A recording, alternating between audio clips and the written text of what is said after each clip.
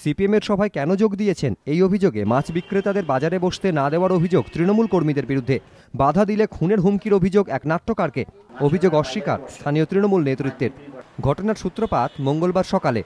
বরানগরের UV কলোনির বাসিন্দা নাট্য ব্যক্তিত্ব বিমল চক্রবর্তীর অভিযোগ, সিপিএমের মিছিলে যাওয়ার অভিযোগে মঙ্গলবার বরানগর বাজারে তৃণমূল সমর্থকেরা মাছ ব্যবসায়ীদের বসতে দিচ্ছিলেন না।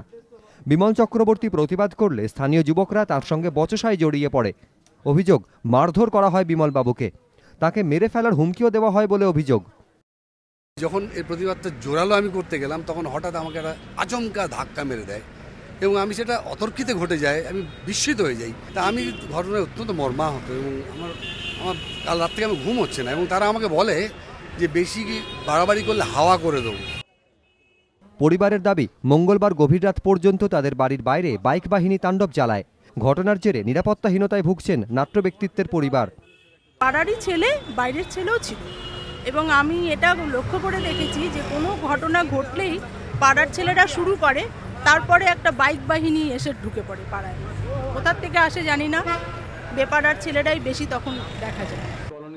যদিও সমস্ত অভিযোগই অস্বীকার করেছে স্থানীয় তৃণমূল নেতৃত্ব।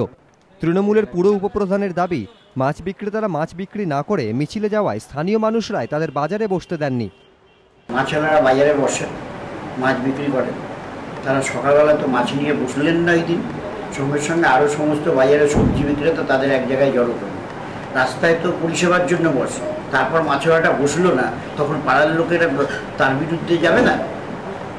সেই কারণে পাড়ার লোকেরা মিলে বললো আপনি কেন সেদিন বসলেন না, তাহলে আজকে বসবেন।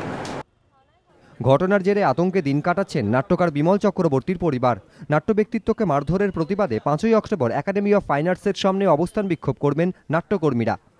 রুমা পাল ও চন্দন সেনগুপ্তের রিপোর্ট, এবিপি আনন্দ, কলকাতা।